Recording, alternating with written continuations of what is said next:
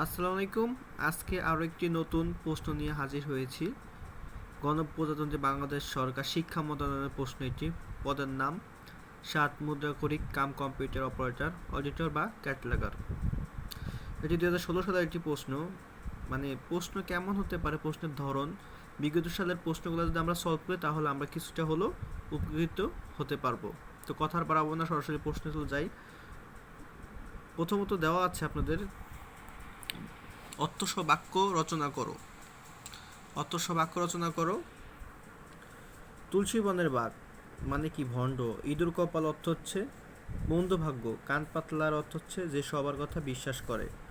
চোখের পর্দা, চোখের পর্দা হচ্ছে নির্লজ্জ। খবর দালালি মানে অতিরিক্ত চালবাজি। ব্যাখ্যা দেওয়া আছে। হ্যাঁ, তারপর এখানে আছে হচ্ছে এক কথায় প্রকাশ করুন। অতিক্রম করা যায় না, এক কথা হচ্ছে অনতিক্রম্য। জেনেও যে পাপ করে জ্ঞান পাপী। যে গাছের বীজ তার ছায়া হয় ছায়াতরু। ভজন করতে যে চায় বুভুক্ষু। যিনি শত্রুকে বধ করেছেন শত্রুঘ্ন। তারপর এখানে আছে ছন্দি বিচ্ছেদ করুন। কথা প্লাস অমৃত, তাহলে কি হলো? কথামৃত। তারপর হচ্ছে এখানে খ নাম্বার হচ্ছে অপেক্ষা। অপেক্ষা হচ্ছে অপ প্লাস ইক্ষা, অপেক্ষা উন্নতি।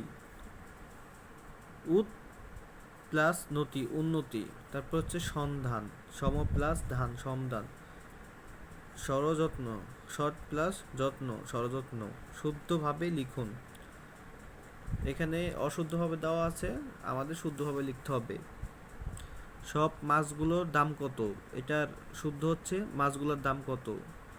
দৈন্যতা প্রশংসনীয় নয়, দীনতা প্রশংসনীয় নয়। আবশ্যক ব্যয়ে কার্পণ্যতা করা উচিত। আবশ্যকীয় ব্যয়ে কার্পণ্য অনুচিত। বাংলাদেশ একটি উন্নয়নশীল দেশ। বাংলাদেশ একটি উন্নয়নশীল দেশ। এখানে আছে উন্নত, এখানে আছে উন্নয়নশীল দেশ। হ্যাঁ, অনাবশ্যকীয় ব্যাপারে কৌতূহল ভালো নয়। অনাবশ্যক ব্যাপারে কৌতূহল ভালো নয়। 5 নম্বরে দেওয়া আছে সৃজনশীল পদ্ধতিতে শিক্ষা এই বিষয়ের উপর একটি নীতিগত রচনা লিখুন। আমরা জানি বর্তমানে বাংলাদেশের সৃজনশীল আকারে প্রশ্ন করা হয়ে থাকে, সেই বিষয়ে একটি নীতিগত রচনা লিখতে বলা হয়েছে।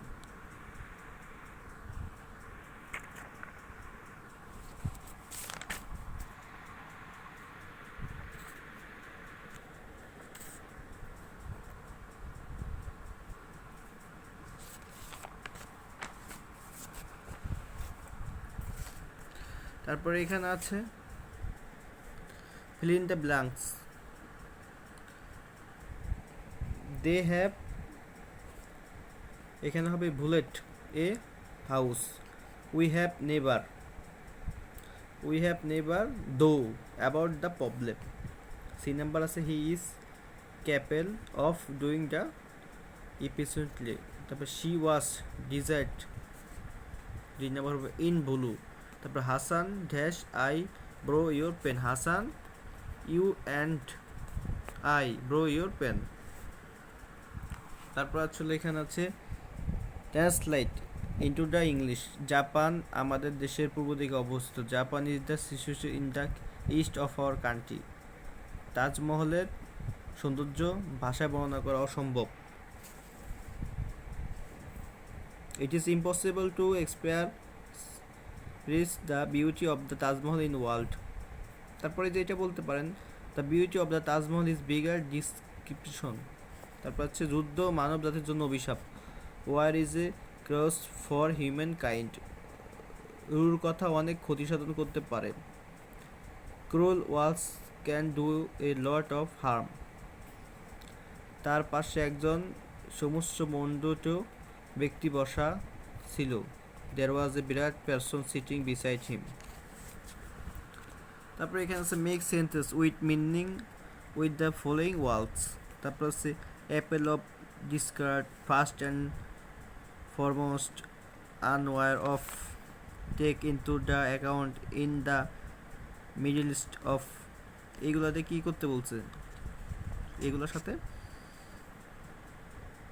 মেক সেন্টেন্স তৈরি করতে বলছে বিবাদের বিষয় এটার অর্থ হচ্ছে বিবাদের বিষয় তারপরে এখানে একটা প্যারাগ্রাফ লিখতে বলা হয়েছে বেগম রোকেয়া সম্পর্কে একটি প্যারাগ্রাফ 10 নম্বর এটা লিখতে তারপরে ছিল গণিত বায়ু পানির তুলনায় এত গুণ ভারী যে ঘরের দৈর্ঘ্য প্রস্থ ও উচ্চতা যথাক্রমে 16 মিটার 22 মিটার ও 4 মিটার তাতে কত কিলোগ্রাম বায়ু আছে ঘরের দৈর্ঘ্য 16 প্রস্থ 12 এবং উচ্চতা 4 ঘরের আয়তন হচ্ছে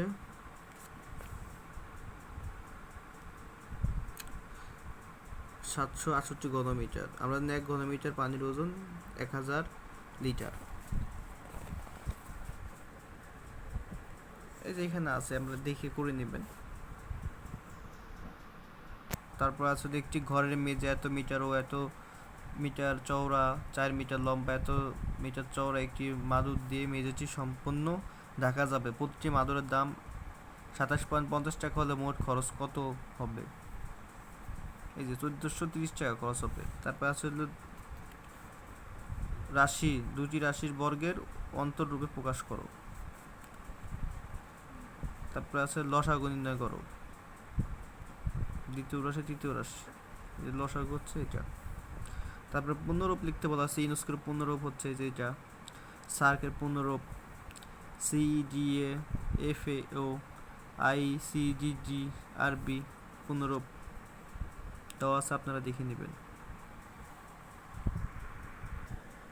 প্রিয় বন্ধুরা আমরা লাস্ট ডিস্টেন্সে চলে এসেছি এখানে সাধারণ জ্ঞান প্রশ্ন 15 নাম্বার সাধারণ জ্ঞান থেকে প্রশ্ন করা হয়ে থাকে 15টি কিংবা 20টি কিংবা 10টিও করা হয়ে থাকে এখানে 15টি করেছে তারা বাংলাদেশ জাতীয় স্মৃতিসৌধ স্থপতি কে সৈয়দ মাইনুল হোসেন বাংলাদেশের মুক্তিযুদ্ধের একজন মহিলা বীর প্রতীকের নাম লিখুন তারামন বিবি NIPORT নিরাপদ কি জনসংখ্যা বিষয়ক গবেষণা প্রতিষ্ঠান national institute of population research and training এটি 1978 সালে প্রতিষ্ঠিত হয় বাংলাদেশের সংবিধান কত অনুচ্ছেদে শিক্ষার অধিকার নিশ্চিত করা হয়েছে 17 নম্বর অনুচ্ছেদে বাধ্যতামূলক শিক্ষা বাংলাদেশের তৃতীয় সমুদ্রবন্দরের নাম কি পটুয়াখালী জেলায় অবস্থিত বাংলাদেশের তৃতীয় সমুদ্রবন্দর পায়রা বন্দর বাংলাদেশের আদালতের বিচারকের সংখ্যা কত আন্তর্জাতিক আদালতের 15 জন 2022 সালে বিশ্বকাপ ফুটবল কোথায় অনুষ্ঠিত হবে এটি হচ্ছে